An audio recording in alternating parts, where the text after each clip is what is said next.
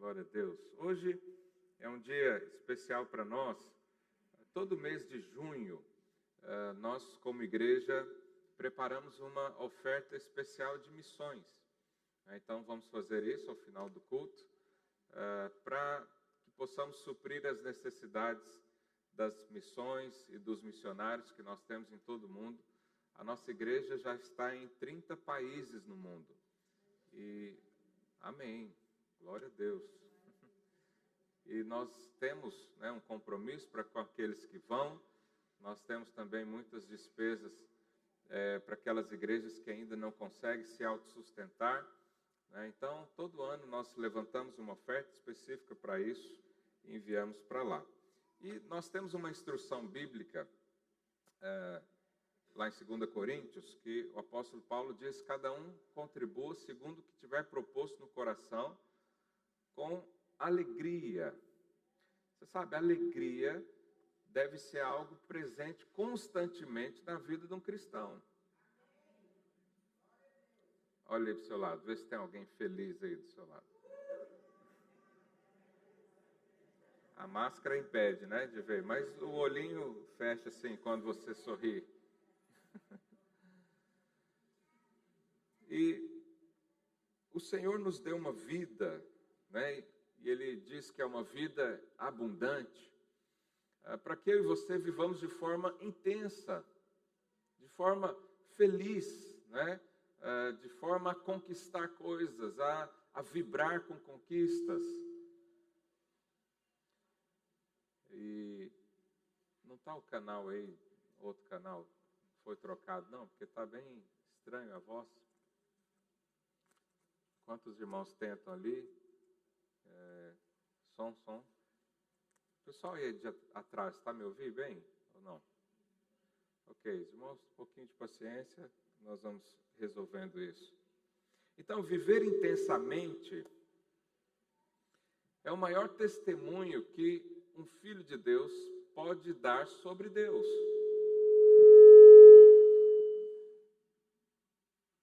Aleluia. Só quando a gente vai falar de alegria, começa a dar problemas assim. Para tirar nossa felicidade. Mas ninguém vai conseguir tirar isso de mim hoje. Viver intensamente, vou falar de novo. Eu acho que eu vou pegar outro microfone. Cadê aquele da abertura?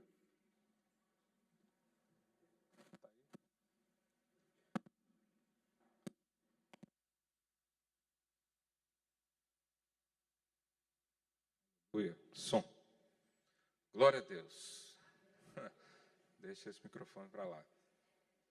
A vida intensa é o maior testemunho, a maior forma de que eu e você podemos falar sobre Deus. Você sabe, não há nada mais feliz ou motivador para um pai ver um filho feliz. Quantos são pais e mães aqui? Quando você vê algo que faça o filho feliz, o que você tem vontade de fazer? Aquilo o tempo todo. Quando a criança é pequena, igual tem um bebê aqui, a gente faz o tempo todo coisas para eles sorrirem. Quando eles sorriem, você corre, pega o telemóvel para filmar, Aí quando você começa a filmar, ele para. Não consegue mostrar para ninguém. Mas é uma alegria ver o filho feliz. E se eu e você somos maus, como diz a Bíblia, conseguimos dar boas dádivas aos filhos, quanto mais o Pai Celeste. Então, eu creio que Deus, na sua glória, quando vê um filho feliz, ele vibra também de felicidade. Mas o contrário também é verdadeiro. Quando ele estiver triste, ele quer fazer alguma coisa para mudar a situação. Deus não tem prazer na tristeza humana. Deus não tem prazer no sofrimento do filho. Nem eu e você temos isso, porque Deus teria. Então, não existe nada melhor para um pai do que ver um filho feliz. Viver intensamente, então, deveria ser um assunto comum nas igrejas, mas você não ouve falar disso. Você não ouve falar de alegria, de prazer. É difícil, porque normalmente há uma associação de que prazer e alegria é aquele que vive no pecado. Mas você sabe, o pecado não traz prazer e alegria, traz um sentimento ali passageiro, que logo acaba, que logo leva à destruição, que vai levar à morte também. Sabe, a alegria verdadeira estão nos filhos de Deus. Esse sim é um povo feliz. A alegria verdadeira é saber que você tem um pai, que você foi adotado por ele, que você vai passar a eternidade ao lado dele e que ele está presente hoje na sua vida. Então nós precisamos falar mais sobre isso. Muitos pensam que a vida cristã é aquela coisa assim triste, focada no sofrimento ou na angústia. Mas não é para ser assim. O Senhor nos deu uma vida para ser vivida intensamente. Fala isso aí para o seu vizinho, viva a vida intensamente. Muitos pensam também que quem pode desfrutar e gozar da vida intensamente são só os ricos. Mas isso não é verdade também. Há muita gente que é tão pobre que só tem dinheiro na vida, não tem mais nada. Olha o que Jesus falou aqui em Lucas 12, verso 15. Então ele lhes recomendou: tende cuidado e guardai-vos de toda e qualquer avareza, porque a vida de um homem não consiste na abundância dos bens que ele possui. A vida de um homem não é medida com a sua conta bancária ou com os patrimônios que você alcançou ao longo da vida. Embora isso não há problema nenhum, você pode ter, né? É um desfrute seu também. Mas a alegria não é só isso. É um conjunto de coisas, é um pacote de coisas que vem sobre você quando você chama Deus de Pai. Quantos creem nisso? Então, as lutas, as adversidades, as frustrações, elas não deveriam nos impedir de ter uma vida feliz. Os problemas, quem é aqui que não tem problema? Mas sabe, não é isso que vai fazer com que eu desfrute da vida. São as outras coisas que o Senhor me dá, é a graça do Senhor que eu recebi, é a vida abundante de Deus que se renova cada dia sobre mim. São os planos do Senhor que vêm ao meu coração e eu os abraço para viver. Então existe uma vida de desfrute e existe uma vida de peso. Sabe, eu e você podemos escolher. O que você quer viver? Uma vida desfrutando no Senhor ou uma vida de peso, angustiado, que parece que as coisas, os problemas nos afogam todos os dias, parece que as circunstâncias, né, e você às vezes até aceita uma frase que diz que a alegria do pobre dura pouco, não é? E se você aceita isso como verdade, o que você vai viver? Isso. Aí quando chega o momento de alegria, de desfrute na sua vida, você não consegue desfrutar porque você já está esperando ele acabar. Olha que vida terrível. Então, a vida pode ser desfrutada e não pesada. Eu quero hoje falar para você rapidamente 5 fatores que faz com que você viva intensamente a vida. Quantos querem ouvir isso nessa manhã? Então, se você quiser tomar nota, mas preste atenção nisso, depois posso mandar isso para você também, não precisa se preocupar em anotar tudo. A primeira coisa que nos leva a viver intensamente é sair da condenação. Sair da condenação. Você precisa sair da condenação. Você não precisa aceitar a condenação na sua vida. O que é condenação, pastor? É quando nós fazemos algo, de repente no passado, ou há pouco tempo, ou coisa assim, e você não consegue avançar com isso. É como se você tivesse a remoer o seu passado. É como se você vivesse preso a algo que você fez. Mas será que é para eu viver assim hoje? Né? E vamos tentar entender isso. Qual que foi o maior feito de Cristo na cruz? Pagar pelos seus pecados. Pagar pelos seus pecados. Se eu creio no sangue de Jesus, e se eu valorizo o sangue de Jesus, eu vou entender que todo o meu pecado foi pago. Por isso, todas as vezes que vem a lembrança do que eu fiz, vem a lembrança, vem a a condenação no sentido de eu não consegui mais avançar, eu não consegui mais olhar para frente, eu estou sempre a olhar para trás, eu estou sempre a esperar as consequências do que eu fiz lá atrás para a minha vida. Isso é a condenação. São aquelas vozes que vêm à sua mente, né, dizendo que quem é você para avançar sobre isso? Como que você vai para a igreja, você faz tanta coisa de errado por aí, e vai para a igreja como se tivesse aí tudo bonitinho e coisa assim.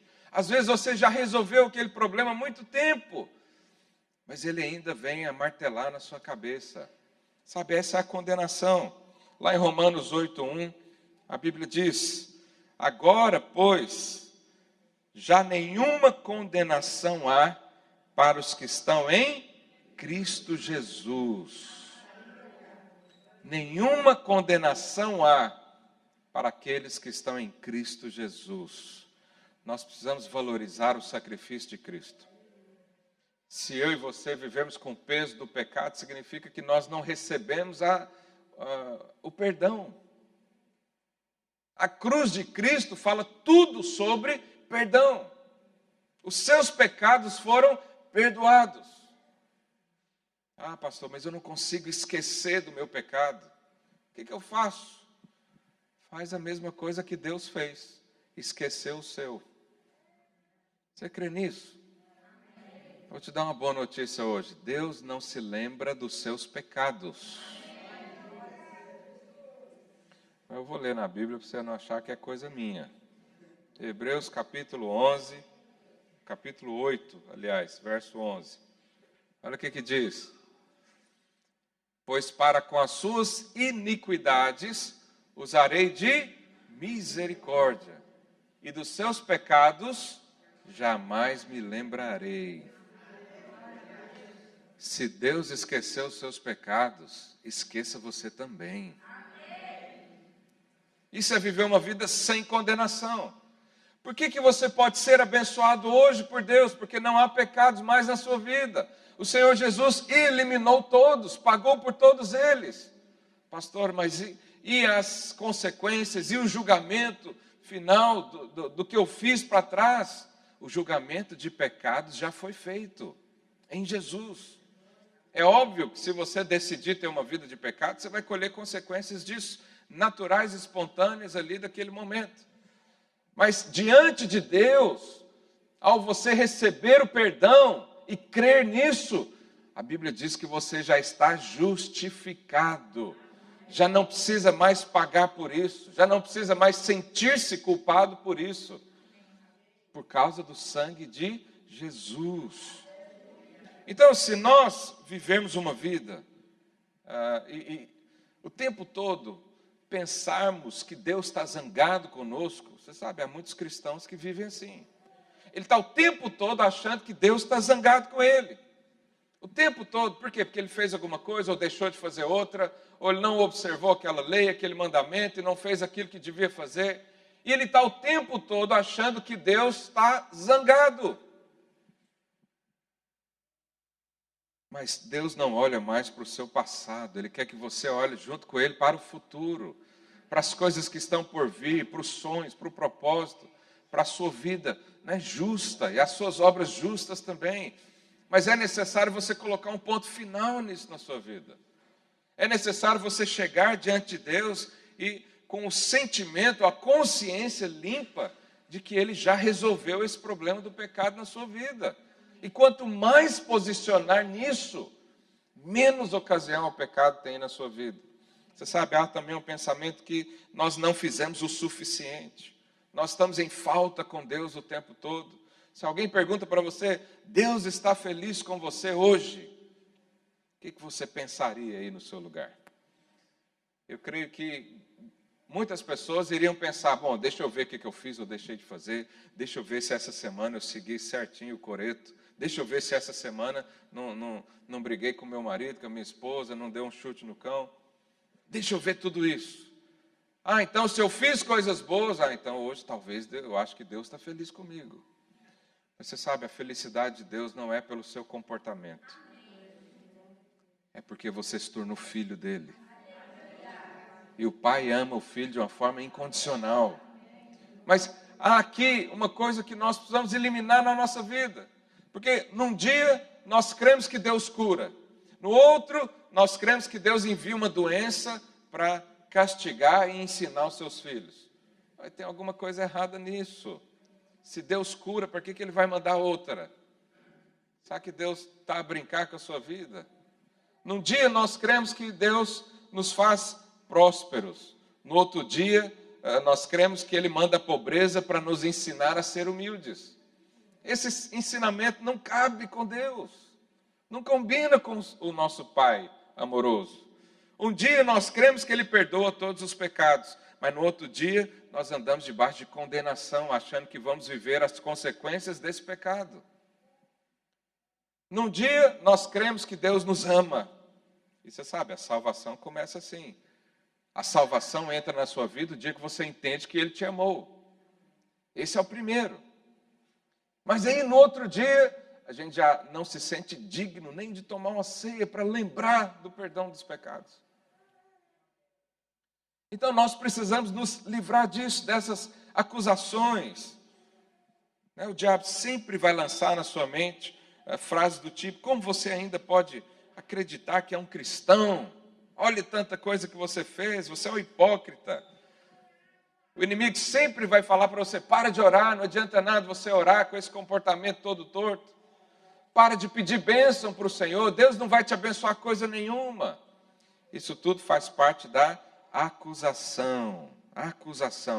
Mas é necessário eu e você crermos que o sangue nos limpou, que o nosso pecado foi apagado por Jesus, o nosso passado foi apagado e hoje nós vivemos em novidade de vida. É isso que diz a palavra. A novidade de vida significa você colocar um fim na condenação. Só assim você consegue viver intensamente. É claro que existem avaliações na nossa vida. Nós avaliamos a nós mesmos. Nós meditamos muitas vezes o nosso comportamento. Mas o fruto disso tem que gerar vida e não morte.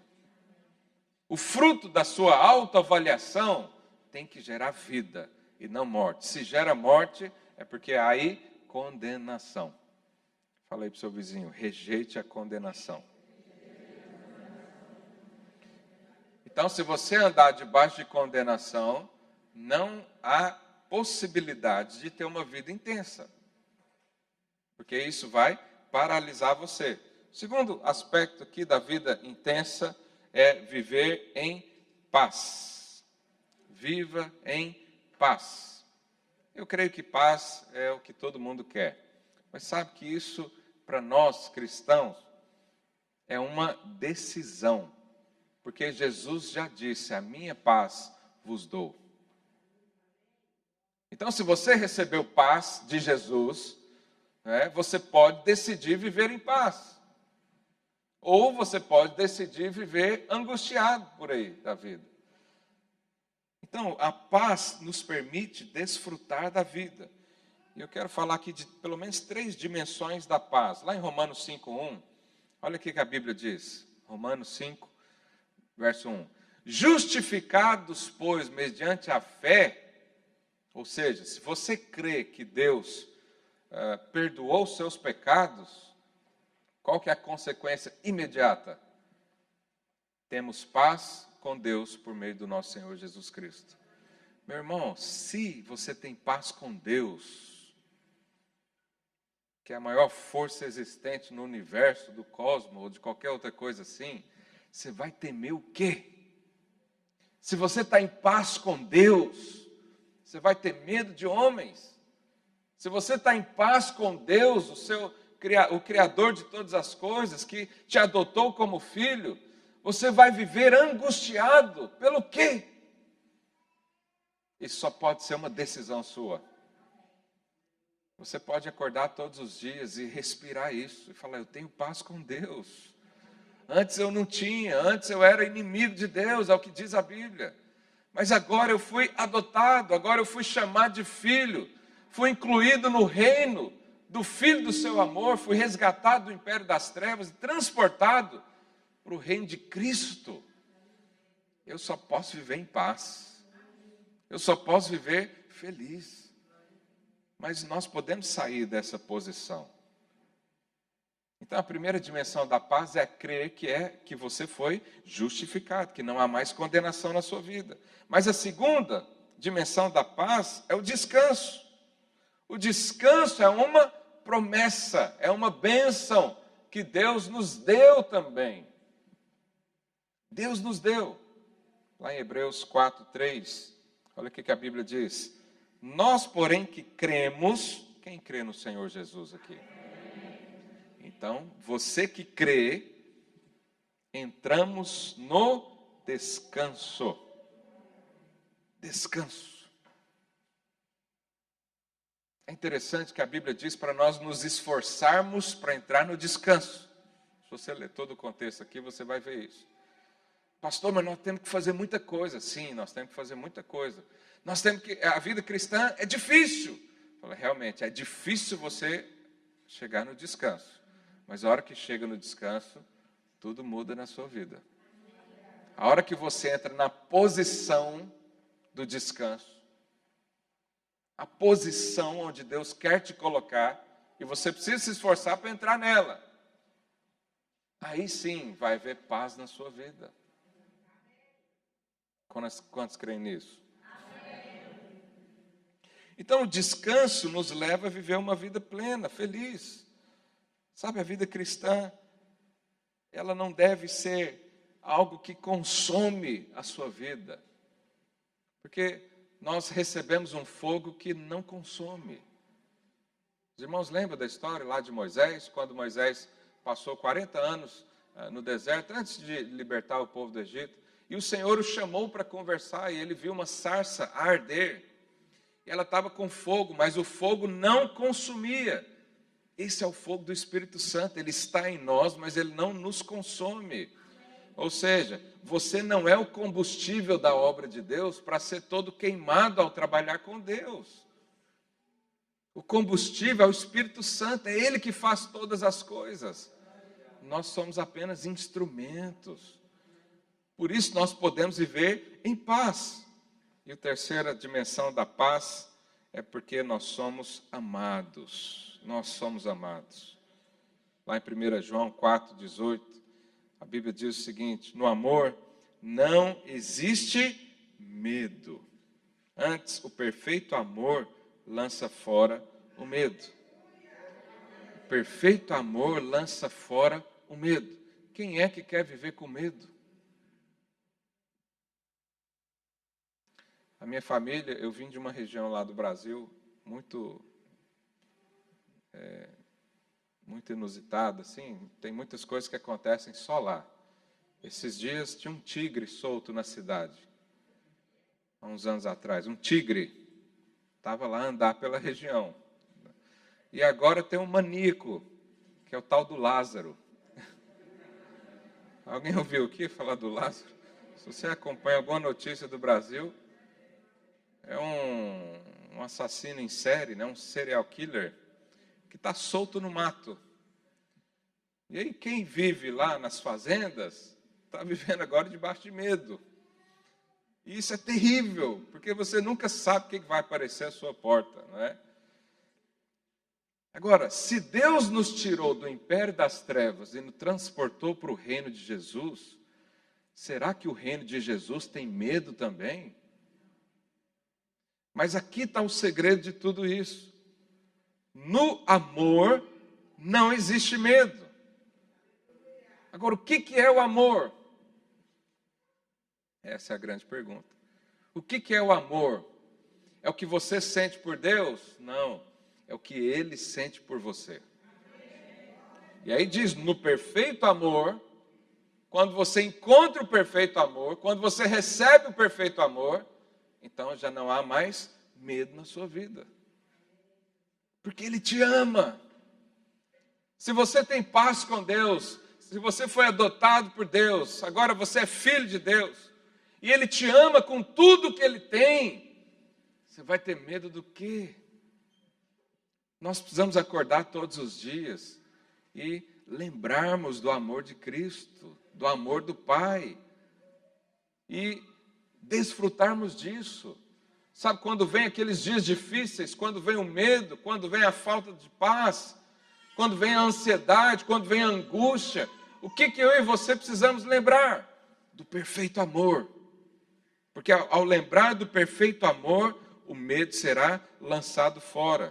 E no verso 19 diz, nós amamos porque Ele nos amou primeiro. Só há amor na minha vida porque eu recebi de Deus. Eu só consigo fazer algo bom para alguém porque eu recebi de Deus. Então essa recepção do amor, essa consciência de que nós fomos amados, isso vai trazer paz na sua vida. Quantos aqui querem viver em paz? Faz o teste, acorda todos os dias agradecendo pela paz do Senhor, agradecendo pelo amor do Senhor, agradecendo pelo sacrifício que Ele fez na cruz por você, e com certeza a sua vida nunca mais será a mesma. Terceiro aspecto para ter uma vida plena, satisfatória, feliz, tenha boas expectativas. Olha o que a Bíblia diz sobre fé, lá em Hebreus 11. Hebreus 11, 1, diz assim, ora, a fé é a certeza das coisas que se esperam. Certeza daquilo que eu espero. Eu preciso esperar alguma coisa. Porque a fé vai trazer o que eu espero à existência. A fé vai fazer com que aquilo que eu sonho, que eu vislumbro diante de Deus, que eu vejo, que eu desejo, vai trazer tudo isso à tona, vai trazer a realidade. Mas eu preciso crer em alguma coisa. Eu preciso ter uma expectativa no Senhor. E quando eu pergunto para você, qual é a sua expectativa em Deus hoje? Sabe, se você anda debaixo de condenação, com certeza você está esperando o juízo chegar na sua vida. Se você anda debaixo do medo, com certeza você está esperando algo ruim que aconteça na sua vida. Mas quando você tem boas expectativas e alguém fala, o que você espera de Deus hoje? Essa pessoa rapidamente fala, eu quero ser abençoado, eu quero ter uma experiência hoje. Eu quero receber vida, provisão, alegria, paz, harmonia na minha casa. E é assim que nós vivemos. Então, ter boas expectativas é o normal de uma vida cristã. Você também pode fazer isso todos os dias. Eu sempre falo isso para os irmãos, eu vou falar a vida toda. Você pode acordar todos os dias com uma boa expectativa da parte de Deus. Porque todos os dias Deus quer abençoar você. Todos os dias Deus quer liberar algo novo na sua vida. Todos os dias Deus quer colocar força. Deus quer revigorar a sua fé.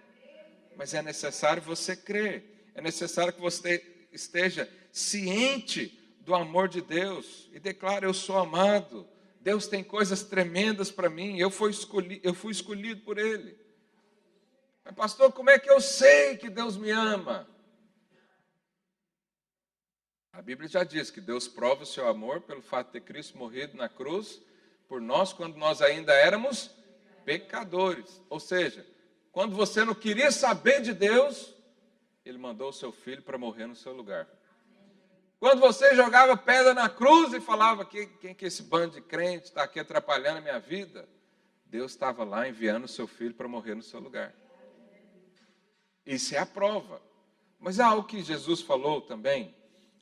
Está lá em João 17, verso 23. Olha o que a Bíblia diz. Eu neles, tu em mim, a fim de que sejam aperfeiçoados na unidade, para que o mundo conheça que tu me enviaste, e os amaste, como também amaste a mim.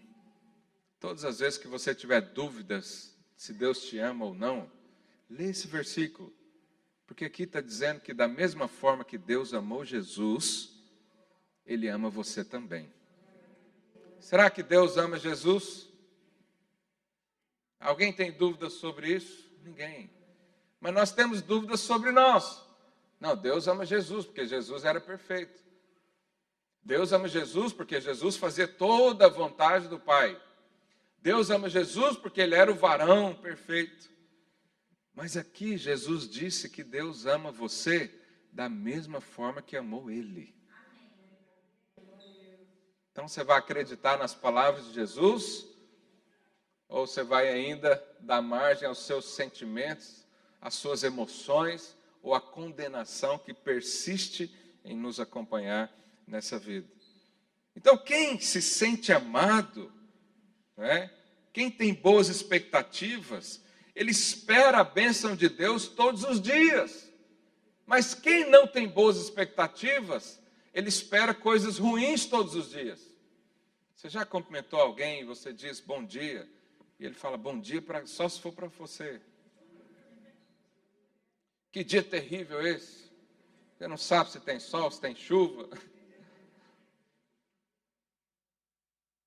Já viu aquela expressão? É bom demais para ser verdade? Muita gente vive assim, ele está numa vida boa, mas ele espera algo ruim acontecer o tempo todo. Ele diz, hoje está muito bom, é porque vai acontecer alguma coisa ruim. Olha que vida terrível. Está muito bom isso aqui, então alguma coisa vai acontecer. Sabe, quem tem boas expectativas, ele crê no seguinte, está muito bom para ser verdade, mas é verdade. Isso aqui está muito bom, então Deus vai melhorar. Pastor, mas e se acontecer um problema? Irmãos, o problema é só um trampolim para você crescer mais ainda. As dificuldades são só ocasiões que Deus permite para você conhecer o poder dele. Os problemas só te ajudam a aproximar mais do Senhor. Só evidenciam mais a força da sua fé. Então nós temos boas expectativas, nós somos felizes, desfrutamos dos dias ao máximo, desfrutamos com a nossa família, desfrutamos na nossa casa, no nosso casamento. Nós temos boas expectativas no Senhor, porque Ele tem nos abençoado. Ele tem promessas para nós, Ele tem palavras para nós. E as palavras são sempre, né, de vida. Existe uma diferença entre ser aquela pessoa otimista. Não há nada de errado em você ser otimista. Mas existe algo mais superior do que ser otimista. É crer na fidelidade de Deus. Então, há pessoas que vai no otimismo só. Não, eu posso, eu consigo. Não tem nada de errado nisso. Você pode fazer isso todos os dias. Mas tem outros que, além de ser otimistas, ele ainda confia na palavra de Deus. Ele diz, eu posso, eu consigo, porque o Senhor está comigo. Eu posso, eu consigo, porque o Senhor me disse para fazer. Eu posso, eu consigo, porque o Senhor me diz quem eu sou. Você vê a diferença? Não são palavras positivas, são palavras verdadeiras. Que nós recebemos através da Bíblia, do Senhor. Essa foi a troca do Calvário. O que Jesus fez? Ele pegou tudo o que você era e te deu tudo o que Ele é. Essa foi a troca do Calvário. Então, o pensamento positivo, ele pode até funcionar bem, mas você sabe, nós temos algo dentro de nós que chama-se consciência. E um momento ou outro, a sua consciência vai te perguntar, mas por que você está sendo tão positivo assim? O que você fez para merecer isso? A nossa consciência nos acusa disso. Não, mas o que você fez para colher o bem? Você realmente plantou bem? Você fez por merecer? Por isso, o pensamento positivo nem sempre vai resolver os problemas da nossa vida. Mas existe o pensamento do alto, que é quando Deus fala sobre você. A Bíblia diz aqui em Salmo 35, verso 27. Vamos ler isso juntos? Olha o que diz. Cantem de júbilo e se alegrem os que têm prazer na minha retidão. E digam sempre, glorificado seja o Senhor, que se compraz na prosperidade do seu servo. Em outras palavras, Deus tem prazer em te prosperar. Deus tem alegria em colocar recursos e bens materiais nas suas mãos. Deus tem alegria em ver você desfrutar da vida. Claro que o seu coração não pode estar nessas coisas, mas Ele se alegra em dar boas coisas aos filhos. Por isso nós podemos ter boas expectativas, porque Ele ama te abençoar. Por que eu posso esperar ser abençoado? Porque Deus está o tempo todo querendo te abençoar. É só você erguer suas mãos e falar: Deus, eu quero ser abençoado. Eu quero viver uma vida plena. Eu quero viver debaixo de alegria, de paz. Eu quero crescer na minha vida profissional. Eu quero ver minha família crescer. Eu quero um ambiente lá em casa de harmonia, de alegria, onde nós temos prazer uns com os outros, onde sentar à mesa é uma coisa boa e não ruim. Eu quero viver isso. Porque a Bíblia diz que Deus tem prazer em abençoar você. Então, escolha ser feliz. A felicidade para um crente é uma escolha. Escolha ser feliz. Quem quer ser feliz aqui? Levanta sua mão aí. Pedro falou algo interessante. Capítulo 3, verso 10 da sua primeira epístola. Ele diz assim: pois quem quer amar a vida e ver dias felizes, refreia a língua do mal e evite que os seus lábios falem dolosamente. Bom, o apóstolo Pedro faz uma pergunta aqui. Ele diz: quem quer amar a vida e ver dias felizes? Quem quer acordar todos os dias lá na sua cama e poder dizer: eu amo a minha vida? Quem quer acordar todos os dias e dizer: eu amo ser feliz? Sabe, essa é a vida que Deus tem para nós. Eu volto a dizer, isso é muito pouco falado. Porque a vida feliz, né, alegre, contente, normalmente está associada ao pecado, ou à riqueza, ou coisas externas. Mas a verdade é que ela está aí dentro de você. É só você decidir: eu vou ser feliz. Você sabe, isso é como o nosso humor. Quem é casado sabe que há dias que o nosso humor está lá embaixo. Principalmente quando você está a discutir o relacionamento, né? Quando a mulher fala: Felipe, eu preciso conversar com você, o humor já estremece. Então você está lá a discutir com a sua esposa, naquele fogo, né, consumidor, e de repente chega uma visita para você, com um bolo na mão. Na hora, você deixa o humor triste e fica feliz na hora. Você muda totalmente. Isso significa que você tem controle. Quem é mal-humorado, ele é assim porque quer. Mas quem é bem-humorado, é assim também porque quer. Um cristão que vive a vida triste, vou dizer para você, é assim porque quer. Porque ele pode decidir ser feliz. É isso que a Bíblia diz, é só a gente ler. Então, na presença do Senhor existe plenitude de alegria. A Bíblia diz que até a tristeza salta de alegria quando está diante do Senhor. E o Senhor decidiu morar dentro de você, você é a morada dele.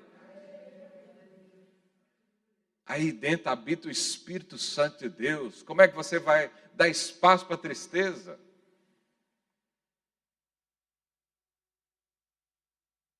Você sabe, nós precisamos tomar uma decisão hoje de ser feliz. Decida crer na palavra. Decida crer que Deus tem pensamentos bons ao seu respeito. Decida crer que Deus tem uma vida plena, satisfatória para você. Decida crer que a sua alegria é um prazer para Deus. A Bíblia diz que a alegria do Senhor é a nossa força. A alegria do Senhor. A alegria que vem de Deus. Ou Deus está alegre comigo. Isso tudo me fortalece. E você pode decidir hoje crer e ser feliz. Você sabe, há muitas pessoas que pensam: mas eu não sou nada, eu não sou ninguém. Isso parece uma humildade, mas na verdade é um orgulho tremendo. Porque quando a gente fala que não é ninguém, nós estamos falando da nossa carne. Realmente a Bíblia diz que na nossa carne não habita bem algum. Mas você não é carnal, você é espiritual. Você não tem que ser o que a sua carne diz, mas o que o seu espírito diz. E o seu espírito está aí para mostrar uma vida plena, feliz. Então não ande segundo a sua carne, né? Você é filho de Deus, co-herdeiro com Cristo, participante da natureza divina. A vida de Deus está em você, o propósito de Deus está em você. A manifestação sobrenatural está em você. Então, se Deus gosta de você, para que você vai pensar outra coisa? Se Deus está aí, né, dentro de você, é necessário ter essa consciência. Há um Deus que me ama. Há um Deus que viu valor em mim. E eu vou andar conforme essa palavra. Então fala aí para o seu vizinho, ser feliz é uma escolha. E qual é a sua escolha hoje? Eu ainda estou vendo alguns rostinhos assim fechados ainda. O mau humor é uma escolha. E a felicidade também. Quantos creem nisso? E por último, para nós encerrarmos, aprenda a ser grato. A gratidão vai te fazer feliz. Você já viu alguém ingrato por aí? Ele é feliz ou triste? É triste. Ele está o tempo todo sendo negativo. O tempo todo esperando algo ruim que aconteça. Ele não tem paz com Deus, ele não tem paz nem com a esposa, nem com o marido, nem com o filho, nem com ninguém. Ele não tem paz no trabalho, ele não tem paz na família.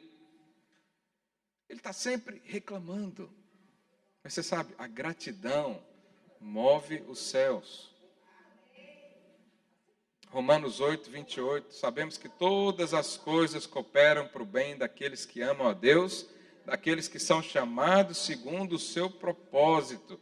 Todas as coisas cooperam para o meu bem. Todas as coisas cooperam para o meu bem. Você fala, pastor, é fácil falar isso quando as coisas estão ruins, ou quando estão boas. Mas e quando está tudo mal? Fala isso na mesma. Quem é que sustenta a sua vida? É Deus. E se alguma coisa quiser roubar isso de você, vai roubar de você ou vai tentar roubar de Deus? Sabe, eu estou oculto em Cristo. Se alguém quiser tocar em mim, tem que passar em cima de Jesus primeiro.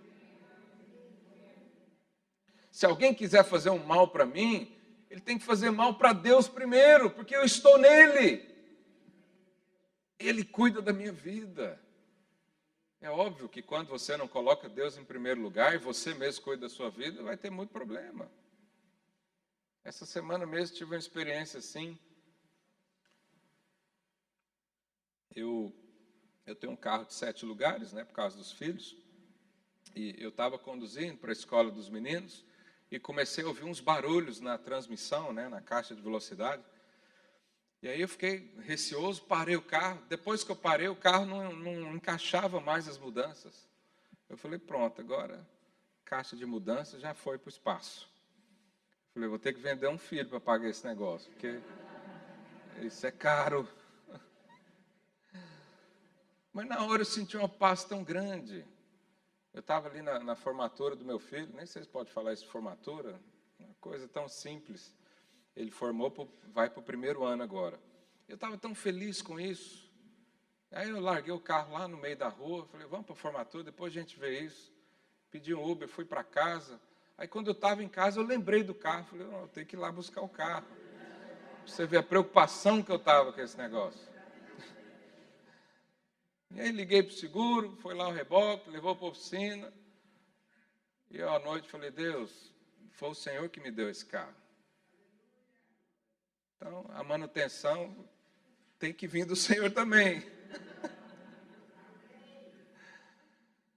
E aí, uns 2 dias depois, o mecânico me ligou, falou, olha, eu falei, e aí, estragou tudo, tem que comprar outra caixa? Ele falou, não, foi só uma pecinha que estragou e o carro tem um modo de segurança que ele trava tudo quando algo estraga. E, o que aconteceu na minha vida? Nada, eu continuei na mesma paz que eu estava antes. E aí eu paguei, acho que foi 80 euros por uma peça. Mas se fosse arrumar a caixa, que seria uns 2.500 talvez, eu continuava feliz na mesma. Porque foi Deus que me deu aquilo. Não foi eu que conquistei na força do meu braço, na força do meu trabalho. Eu não confio nisso. Eu trabalho bastante, mas creio que quem me dá as coisas é o Senhor. Então eu sou grato em todo momento. Ganhei um carro, sou grato a Deus. Contei o testemunho para os irmãos aqui na época. Estragou o carro, sou grato a Deus também. Se eu precisar vender, sou grato a Ele também. Se eu precisar andar de comboio, sou grato a Ele também. Porque a palavra nos diz, em tudo, dai graças. Porque as coisas que acontecem vão apenas manifestar o favor de Deus na sua vida. Vão apenas manifestar o cuidado que Ele tem por você. Então, será que é possível ser grato em todas as coisas? Tem 3 coisas que nos atrapalham de ser grato. Primeiro, o orgulho. Aquele pensamento, eu trabalhei duro, eu fiz, eu conquistei. Então, quando acontece alguma coisa, você não agradece a ninguém. Essa é a primeira coisa. A outra atitude que nos impede de ser grato é o espírito de reclamação, de queixa. De reclamar o tempo todo. Isso também nos impede de observar a bênção. Porque você está sempre no merecimento. Eu merecia ter um carro melhor. Eu merecia ter uma esposa melhor. Eu merecia uns filhos melhor. Eu merecia uma condição melhor. Está sempre assim, sempre a reclamar. Mas quem acha que merece, não consegue desfrutar e ser grato por nada. E a terceira atitude que nos impede de ser grato é a indiferença. Quando você acostuma com alguma coisa. Sabe, hoje é o dia para nós expressarmos gratidão ao Senhor. Quando nós nos convertemos, nós recebemos um pacote celestial. Vem paz, vem alegria, vem saúde, vem prosperidade, vem tudo isso. E quando nós perdemos algo, o Espírito Santo nos dá um alerta. Porque há muitos que pensam que a paz é uma conquista lá no fim da vida. Não, mas Ele te deu no início. Muitos pensam que o normal é viver angustiado e um dia ou outro viver em paz. Não, é exatamente o contrário. O normal é viver em paz e um dia ou outro ter angústias. Porque quando o Espírito Santo te mostra, quando você perde a paz, olha a expressão, perder a paz. Eu estou fazendo um negócio, de repente a paz some do meu coração. Tem alguma coisa ali que não está bem. É assim também com o Espírito Santo. É normal um cristão ser cheio do Espírito Santo sempre. Mas quando a carnalidade, toma conta da nossa vida, o Espírito Santo fica quase sem voz, aí o Senhor intervém também. Porque falta o Espírito. Então, às vezes falta a paz, às vezes falta o Espírito. Porque o normal é ser cheio do Espírito Santo. E a gratidão é a mesma coisa. O normal é você ser grato. O normal é isso acontecer. Mas não é ser grato uma vez na semana, não, é todos os dias. Mas quando há falta disso, o Espírito Santo também nos incomoda. E diz, olha, está faltando gratidão na sua vida. Para observar, olha aí para trás o que Deus fez na sua vida. Observa. Sabe, hoje é o dia de nós manifestarmos a generosidade. Porque é normal um crente ser generoso. Obrigado por esse amém. Isso é uma normalidade no nosso meio. É normal você, além de ser grato, querer retribuir. É normal alguém ir lá na sua casa, preparar uma janta para você, e você ter um sentimento de dívida para com essa pessoa. E falar, eu quero fazer algo por você também. Isso é normal. Então, é normal nós participarmos da obra do Senhor, ajudando financeiramente. Isso é normal. eu sempre observo e falo, Senhor, o que eu quero fazer algo pelo Senhor. Eu quero dar alguma coisa para Deus, porque eu recebo tanto de Deus, que eu posso passar aqui uma pregação inteira falando só sobre o que Deus fez para mim essa semana. Mas é normal eu querer dar algo para Deus também. Por isso, lá em 2 Coríntios, Paulo diz, quando você for ofertar na obra de Deus, faz conforme o seu coração, porque no seu coração há generosidade. Então, não é que você tem a sua vida e você tem os seus recursos todos, e de tempo em tempo Deus, através de um homem, vem aqui instigar você ou convencer que você precisa partilhar algo com o outro. Não, o normal é você desejar fazer isso. O normal é você procurar fazer isso. É você falar, eu quero ajudar, o que tem para fazer aí? Não, o normal é isso, essa é a vida cristã normal. Nós nem precisaríamos ficar falando disso sempre. Uma coisa que aconteceu na construção do tabernáculo de Moisés, é que Moisés convocou uma oferta alçada. O que é uma oferta alçada? É uma oferta com um fim específico. Então ele convocou uma oferta para a construção do tabernáculo. E uma coisa que aconteceu aqui nas igrejas, nunca vi acontecer até hoje, é que as pessoas contribuíam e Moisés teve que mandar parar. Já pensou, eu subo aqui um dia e falo, irmãos, olha, a partir de hoje, né, de hoje até o final do ano, ninguém precisa contribuir mais, porque a gente já tem demais. Isso seria glória de Deus, porque todo mundo entenderia que essa é a vida cristã normal. E quando você resiste, você está resistindo a algo que é normal do seu coração, porque o seu coração foi transformado em um coração generoso. Então, é normal você querer dar. Você não precisa repreender o maligno, né? Pastor, estou com vontade de ofertar, mas não sei se é de Deus. Não, é de Deus, porque o diabo não faz isso. O diabo não coloca uma intenção ou um desejo de você contribuir com a obra de Deus. Isso é de Deus, é do Espírito. Mas por que isso acontece? Porque você é um filho de Deus. E você tem o mesmo ADN que Ele. João 3,16 diz, porque Deus amou o mundo de tal maneira que deu. Ou seja, quem ama, dá. E nós recebemos tanto amor que nós também amamos. E a consequência de quem ama é esse, ele participa, ele faz, ele está junto. Ele manda uma mensagem, né, para Deus em forma de oferta. É como se ele falasse, Senhor, pode contar comigo. Se depender de mim, tudo que nós fazemos continua e avança ainda mais. Ao passo de que, se você não participa, você envia uma mensagem também. Do tipo, olha, se isso aqui fechar um dia, eu não tenho nada a ver com isso. Mas é normal o seu coração querer participar. E hoje é um dia especial para isso. Eu quis falar sobre felicidade justamente para você perceber o quão generoso você é e o quão feliz você é. Mas essa generosidade, essa felicidade pode ser também expressada em forma de uma oferta. Você pode fazer isso. Queria que o pessoal do louvor pode subir aqui, por favor, para a gente cantar uma música. Os irmãos também do servo, se preparem aí para esse momento.